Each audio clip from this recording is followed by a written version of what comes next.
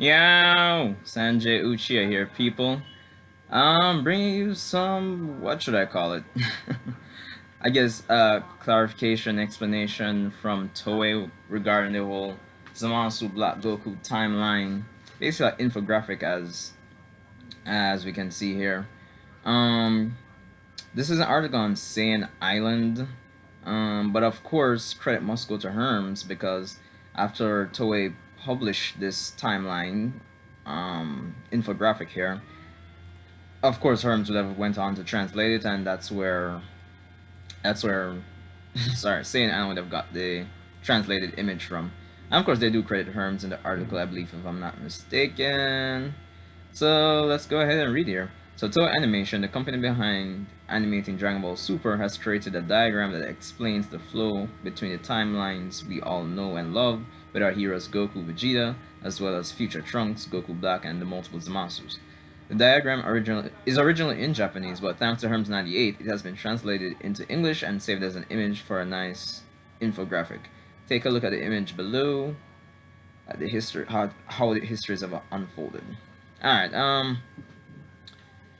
before I actually get into it, I must say this diagram does clarify certain things. It probably might not seem straightforward at first, but it's actually does clear up stuff. At least where the anime is concerned, the manga was pretty straightforward, in how it, I guess, illustrated the whole multiple timelines with Zamasu. So let's get into it. So Zamasu's fearsome scheme transcended time and space. Here's a timeline to explain it. Explain it all. Present Goku's history was saved by Beerus destroying Zamasu, but the future Zamasu didn't disappear. That is because Zamasu had come from a history similar to the present history, but in which he succeeded in killing Gowasu. Alright. So as we can see here, over here is the timeline where Zamasu would have gotten Goku's body after he fought him, used the Super Dragon Balls, and switch bodies with Goku. So, as I mentioned in the article, it's a similar timeline to the present timeline.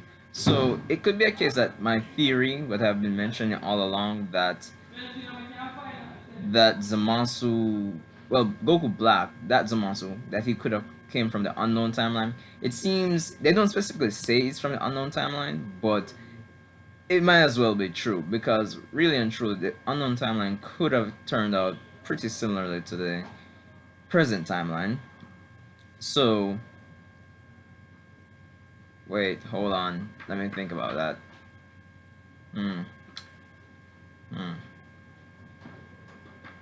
Some kind of stuff isn't adding up, really. Yeah, but whatever. I think I get to that eventually. So yeah, he takes Goku's body, wishes for it, and then we see him moving from this timeline using the time ring to future Trunks' timeline.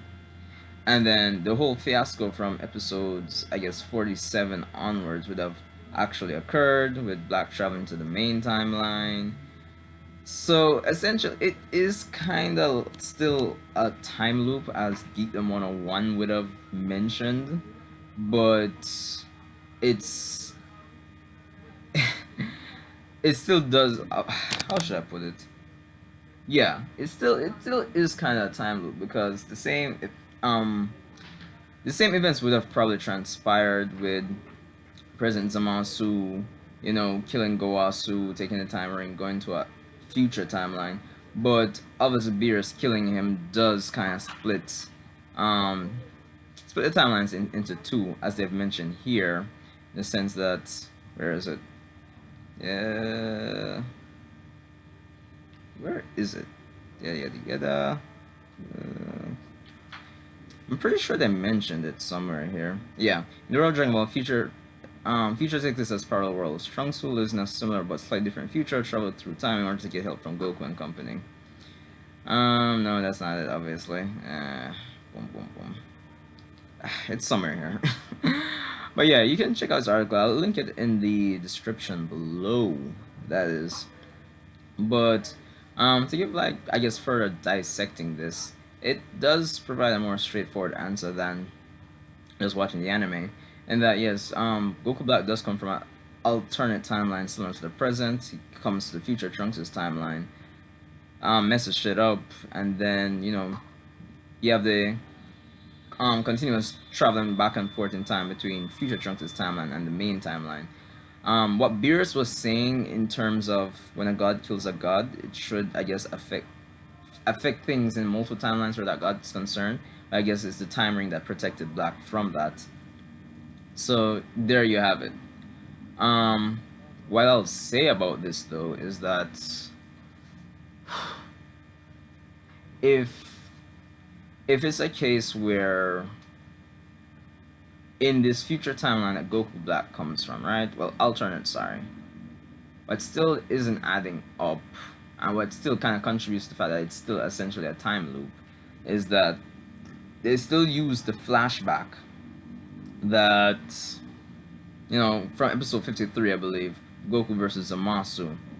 So, unless what I was saying as a part of my theory that probably Zamasu would have fought Goku under different circumstances in this timeline, and probably future Trunks didn't get involved, that's the only way this would, I guess, that's the only way this would add to this actually making sense as well, I guess.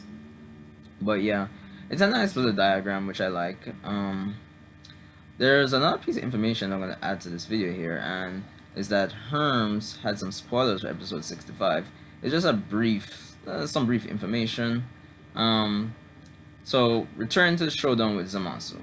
Trunks resolves to fight Zamasu in order to protect the people of West City. With the 2 cents we receive from Mine Hand, he heads for Zamasu. So, that's episode 65. We know from previous spoilers that I believe the title that Herms translated was the Supreme God's, well, Final Judgment, the Supreme God's Power. I believe that was the title for that. So, I don't really have much to say on that, really. We'll just have to wait and see after tonight's episode 64, which is looking to be pretty damn epic. So, we'll see what happens. Of course, all over the net, people are expecting fusion to occur between Goku and Vegeta, so get hyped for that.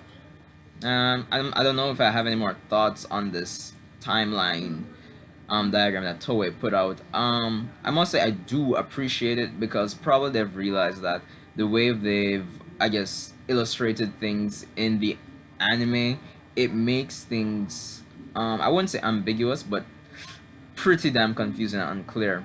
Unlike in the Toyotaro's Dragon Ball Super manga, it's the way he interpreted Toriyama's script was pretty. It makes so far, it's hinting that it's gonna be pretty much straightforward. It's really a lot more clear than how the anime has portrayed things.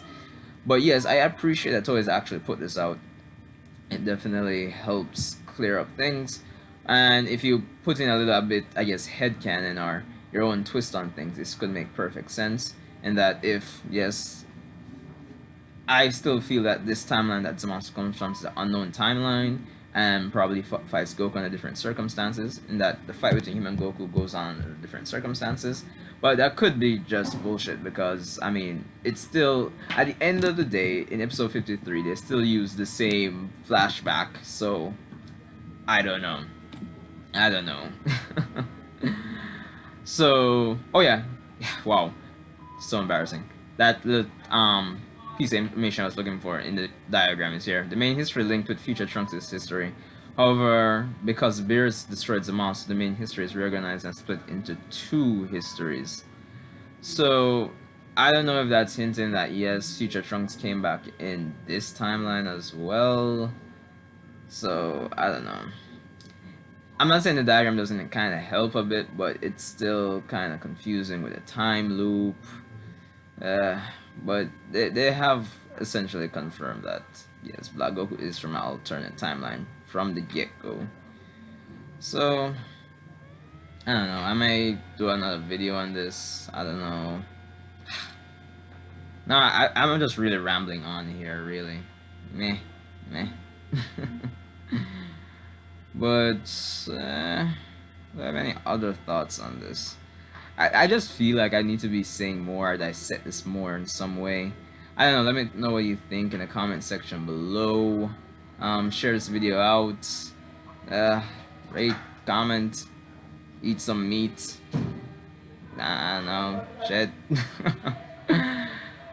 But yeah, I guess I'll see you in the next one. Meh.